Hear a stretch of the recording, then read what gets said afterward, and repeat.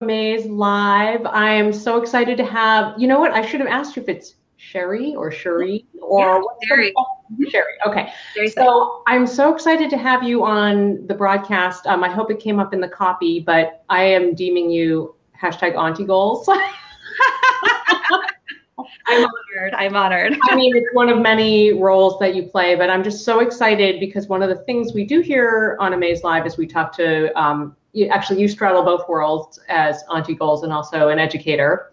But I just, hearing stories about what people are doing out in the world to improve communication with kids is just awesome. So I would actually love if you could start by sharing a little bit about your professional background. And if you see me looking down, it's because I'm making sure that the broadcast is actually running. But I would love to hear a little bit about your work at Planned Parenthood. Great. Well, thank you. Thank you for having me. This is an honor to be interviewed on such a topic near and dear to my heart. So professionally, I am, my name is Cherie Seitz. I am one of the regional directors of education for a statewide Planned Parenthood affiliate, it's the Planned Parenthood of Michigan. And I also teach for the Family Life Education graduate program at Western Michigan University. Oh. So there I'm often teaching teachers how to teach sex ed in Michigan. And with Planned Parenthood, I am overseeing educators doing some great work with young people, with peer educators, teens, tweens, parents, college students, with juvenile justice, with digital education. So there's a lot of opportunities to do this kind of work around sex education. And I've been with both Planned Parenthood and Western for almost 20 years. I was just saying, you look quite young, so I was like, 20 years? What is that all about? Share your skin regimen off the broadcast with me, but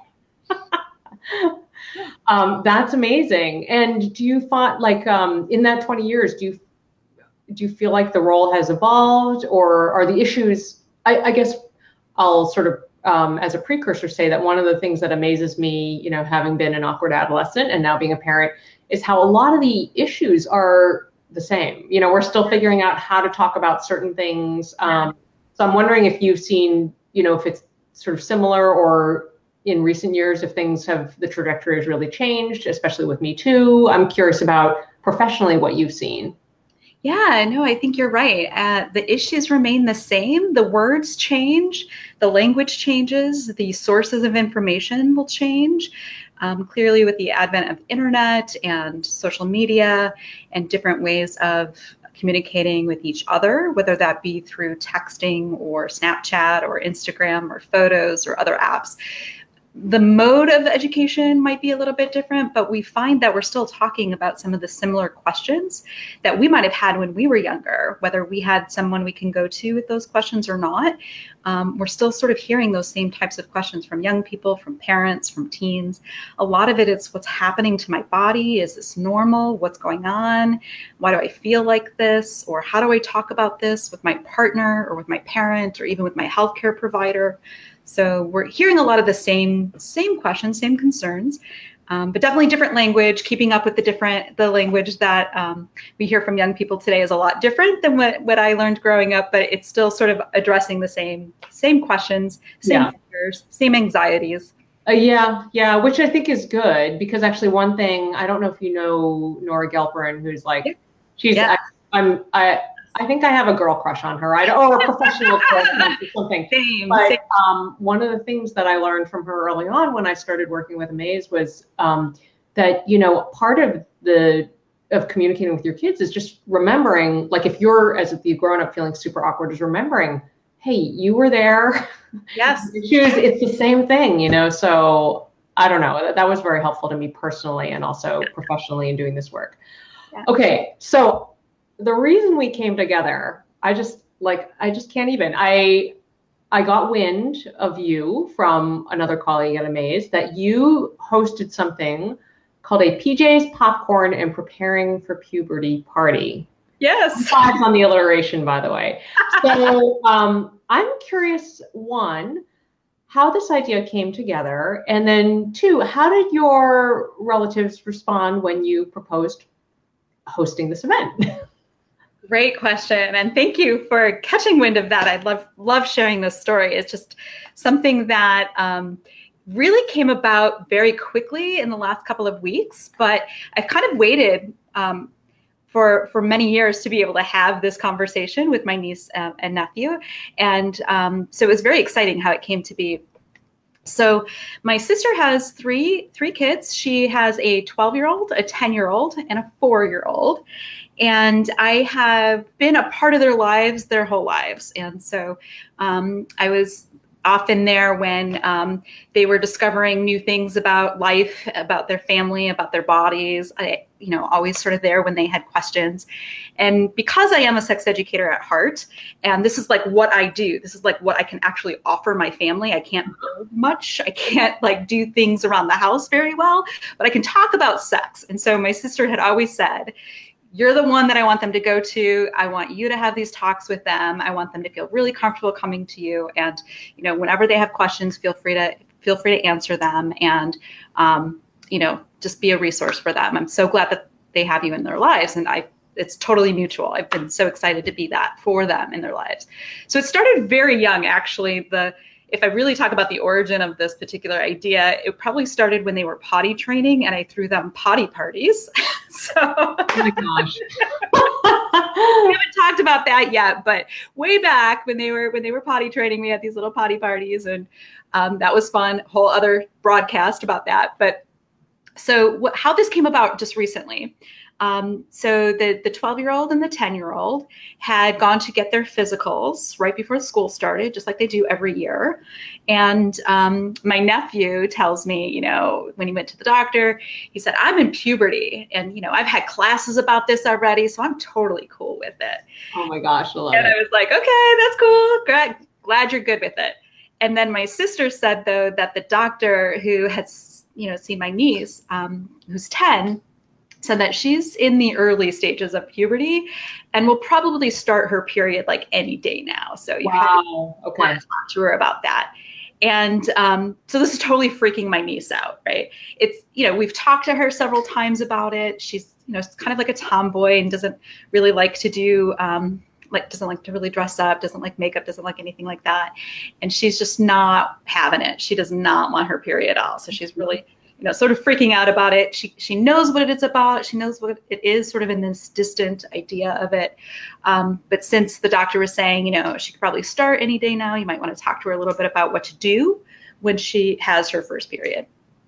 So since the kids were coming to my house that weekend before school started for one last weekend away at Aunt Cherie's house, since they were coming, I asked my sister, this would be a great time since, they're going to be at my house anyway.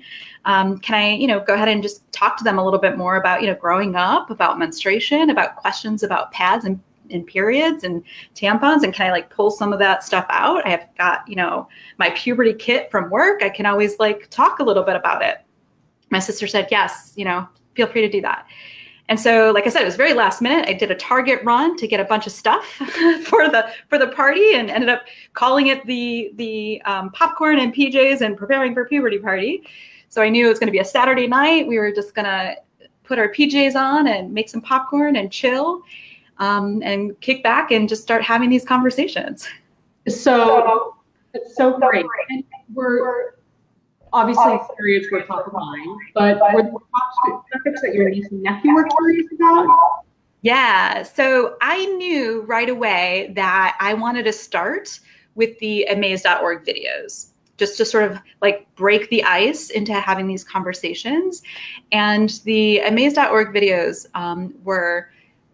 they're animated, they're fun, they're friendly, they're quick, they're easy to digest, and it's kind of makes light of the conversation to make it easier to talk about. So what I wanted to do was start a video, watch it, and have the giggles and have the conversation about, oh, that's funny. And then afterwards, stop the video and then ask them, what did you learn from that one? What stood out to you? What questions do you have about that?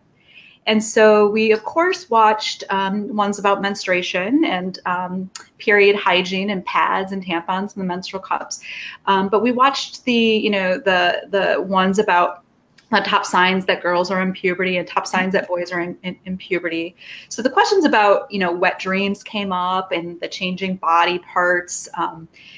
We also talked a little bit about bodies and different sizes, and we also started talking a little bit more about identities. So those were the topics that they were really asking about after some of the videos. We ended up watching 8 of the videos, which were great.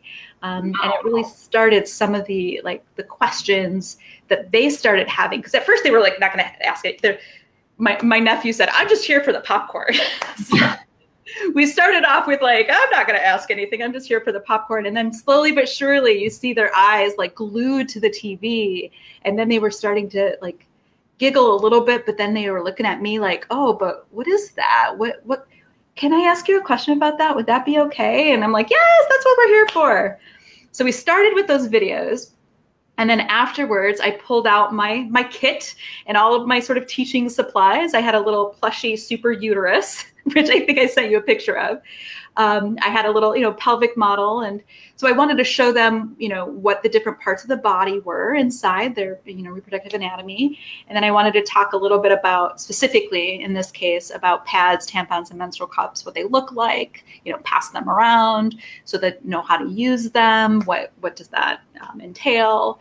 How do you dispose of the pads and tampons, et cetera. So it was good. We had the videos, we had some demonstration, we had lots of laughs, lots of questions. It was fun. That is so awesome. What do you think was in your opinion, was one of the funniest? I feel like there was, I'm losing it, but it sounds like a lot of funny things happened that night. Was there something that happened with the toddler actually? Yeah. So in my head, of course, I'm feeling like this is my moment. We're having this party. I've waited their whole lives to do this. And so I hurried up and got things ready. I got them together. And in my head, they were just going to be so in awe with how amazing our bodies are. And, I made little packets for them, little to-go kits for them. I had all these little things around the house. And so, I have this ideal version of how it's going to go. And of course, life is not like that, right? And so even the best laid plans, when it comes to your own life, I could be teaching parents and teaching teens about this. And when it comes to your own life, it's like sort of that all goes out the window and you just kind of go with it. Yeah. So, of course, in my ideal version, we're all super happy and listening and asking great questions.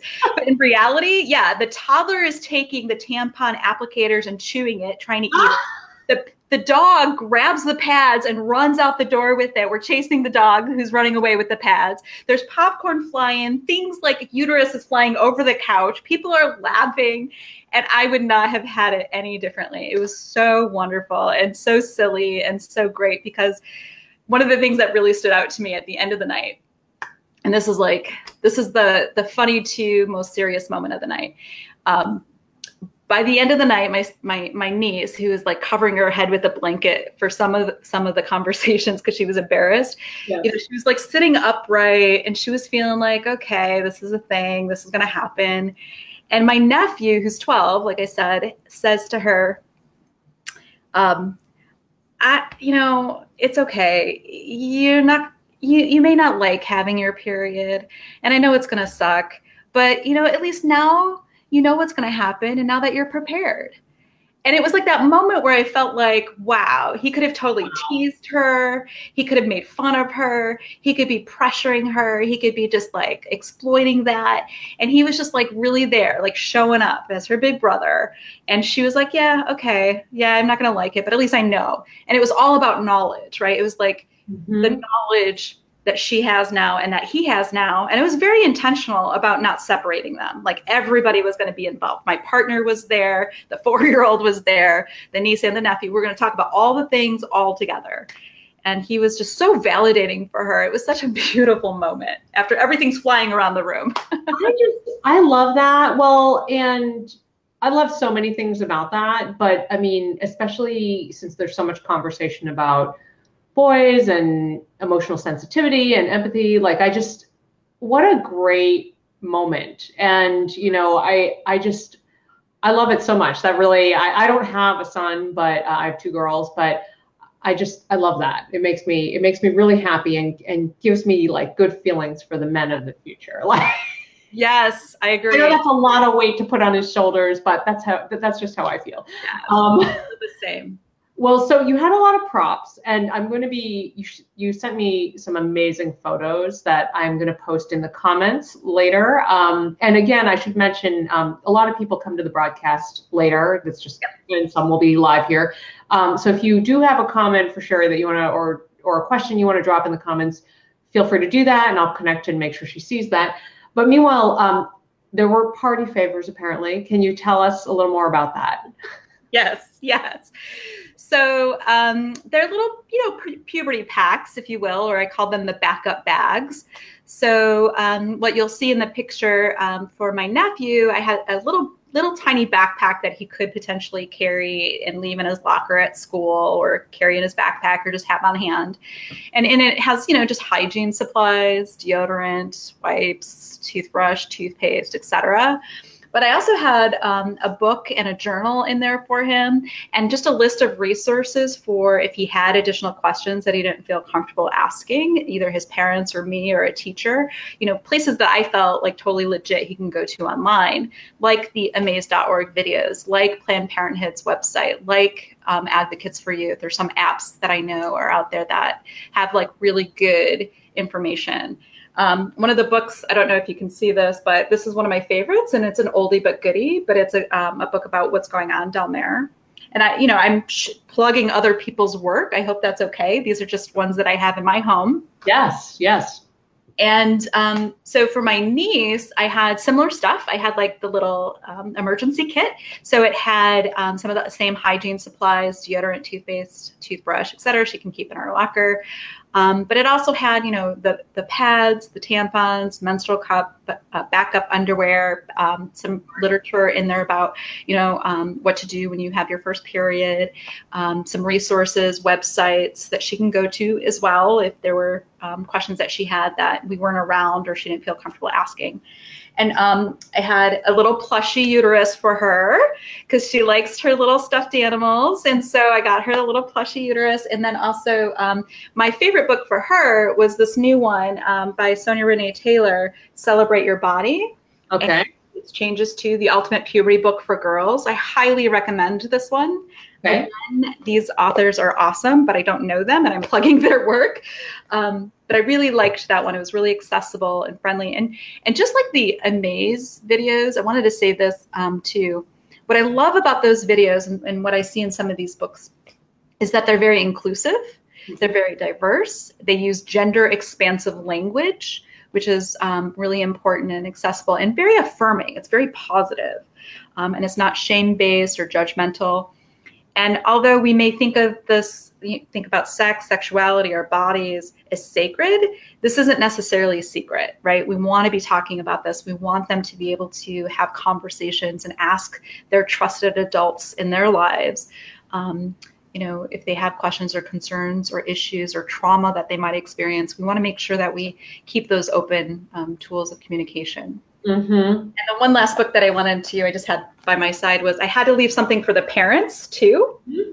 So this book is There's No Place Like Home for Sex Education, a guidebook for parents by a colleague of mine, Mary Gossert, who also is with a Planned Parenthood affiliate. But it's also just tips and tricks on how to have these conversations as a parent or a significant adult in a young person's life, not to be afraid of those conversations.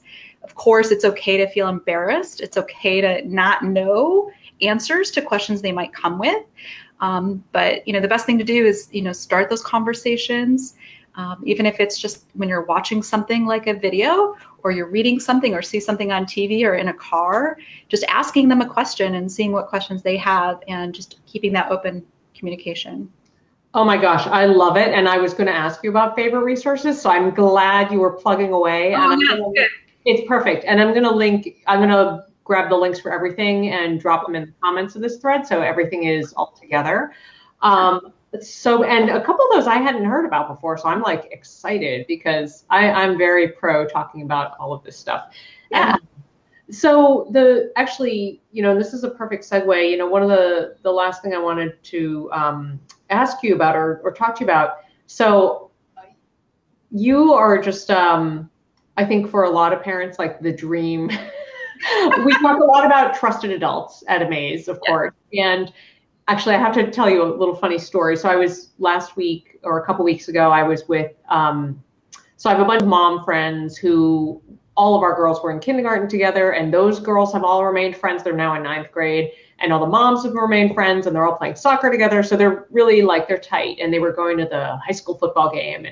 And so at one point they had come back, and for some reason I got like on the topic. I was just saying, what happened at the football game? And, if something happened, like I could be your trusted adult. It's really important for every kid to have one. And they were all looking at me, and I'm like, #trusted adult. That's me. And I said to my daughter, I'm like, any one of these moms, like if there's something you don't want to talk to me about, you can totally go talk to them, and they are your #trusted adult. And they're all sort of laughing and kind of rolling their eyes. And then the next day we were actually, this whole same group of kids were together, and I like was driving everybody home at 11 at night, and I was like, okay, you guys just remember, #trusted adult, like you can come to me.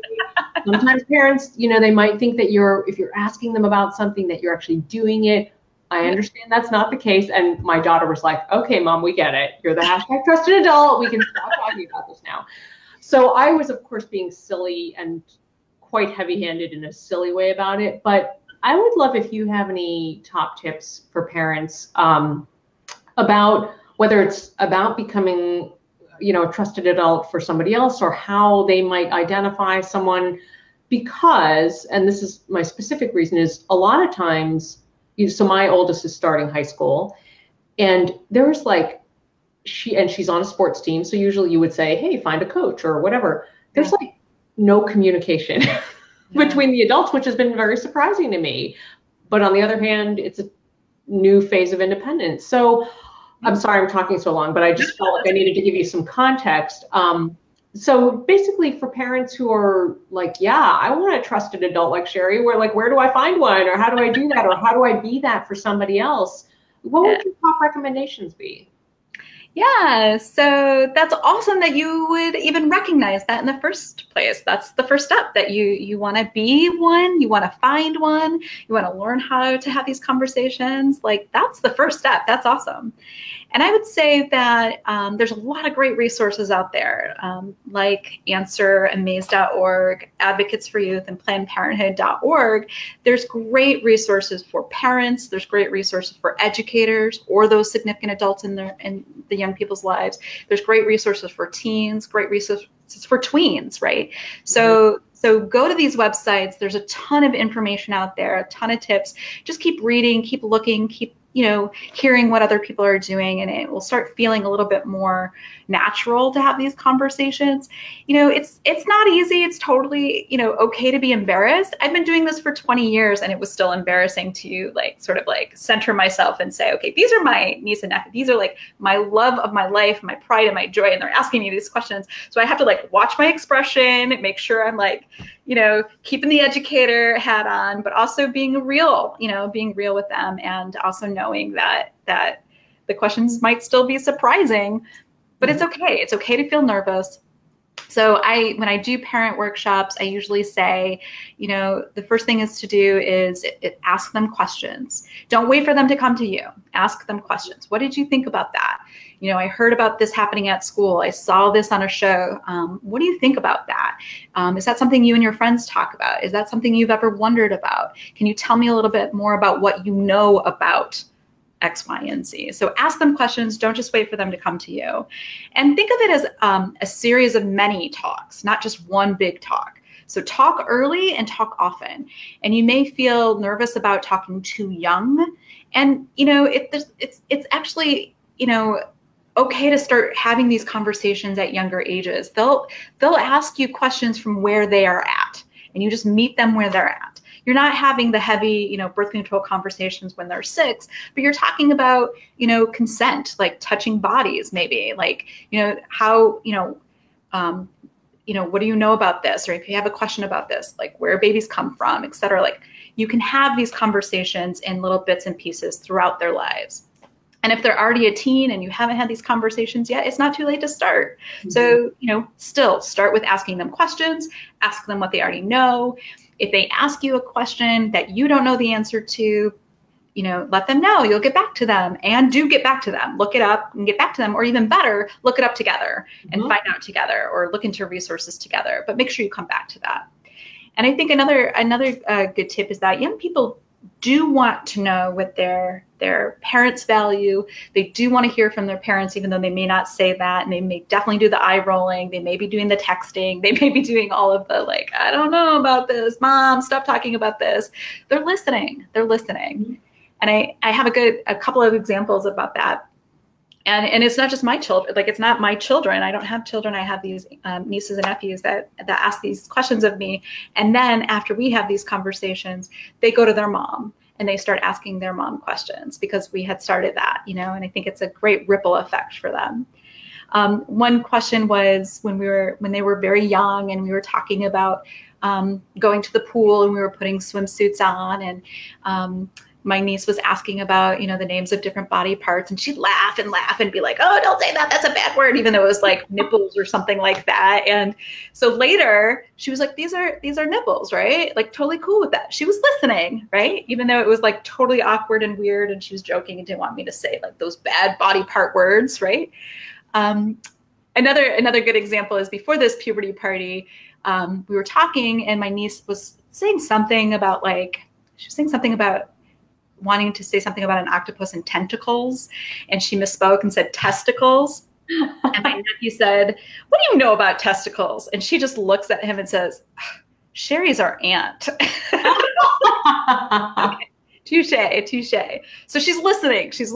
And I think that's what I think that's the best place to start is, listen, learn, talk often, talk early, keep the conversations ongoing, keep the doors open, be affirming, be positive. You may not always love what you're hearing, but just because they're asking, it doesn't necessarily mean they're doing it. If they're asking about sex, it doesn't mean they're sexually active. You can ask them more pointed questions about that. They may or may not be, but not to make assumptions is a really great place to start. Yeah, I think I first learned about that actually from Brad Troger. He's on the AMAZE advisory. He's a sex ed educator, a health educator. And that point blew my mind. I was like, of course, yes, of course they might be like, I've heard about porn. Can you tell me about that? And it doesn't mean they're watching porn. And I was like, right, oh, okay. Right. Yeah. And then I don't know if you know Debbie Rothman, but she's another author, and we worked with her. Great books. Yeah, and worked with her on the parent playlist. And just one tip I wanted to tag on to that incredible, that was like the highlight reel you just gave. But she said, I learned from her parent playlist work, she said something like, when you're talking to young kids, I think a lot of adults get freaked out that they're going to give too much. And she was saying, they're going to just filter out. If you're talking above their head, yes, it's going to go over their head, and they'll pick out the things they're hearing and whatever, it's fine. So I just wanted to mention that, because I know a lot of parents that can be like the barrier to entry. You're like, oh, I'm just going to give them too much information and I don't want to give it to them. And that's not the case. And I think to your point too, that I think it's from SIECUS, has some really good research that shows that, a lot of parents are afraid that if you're talking about sex, you're encouraging sex, right? Yeah. Not only assuming that if they're asking about it, that they're doing it, but I think some people who may have not been talked to when they were younger may assume that if I have this conversation, it's like a platinum endorsement, right? It's like I'm saying it's okay to have sex, when actually the opposite is true. Mm-hmm. And so the SIECUS research that I often refer to is that, the more a young person has a trusted adult in their lives that's talking with them ongoing, openly, positively about sex, sexuality, all of the questions, the more likely they are to actually postpone sexual activity. What I think maybe adults, were hoping. So the more likely a young person has a trusted adult in their lives having these conversations, I think the data shows that they're likely to postpone their very first sexual debut. They're most likely to decrease sexual activity if they are already sexually active.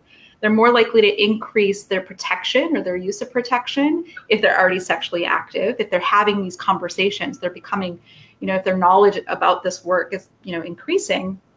They're also more likely to talk with their partners and their healthcare providers when they have questions if they're already sexually active. Mm-hmm. So by talking about sex, by talking about sexuality, you're not encouraging it. You're actually helping them to make healthier choices about it and more informed choices about, what they do.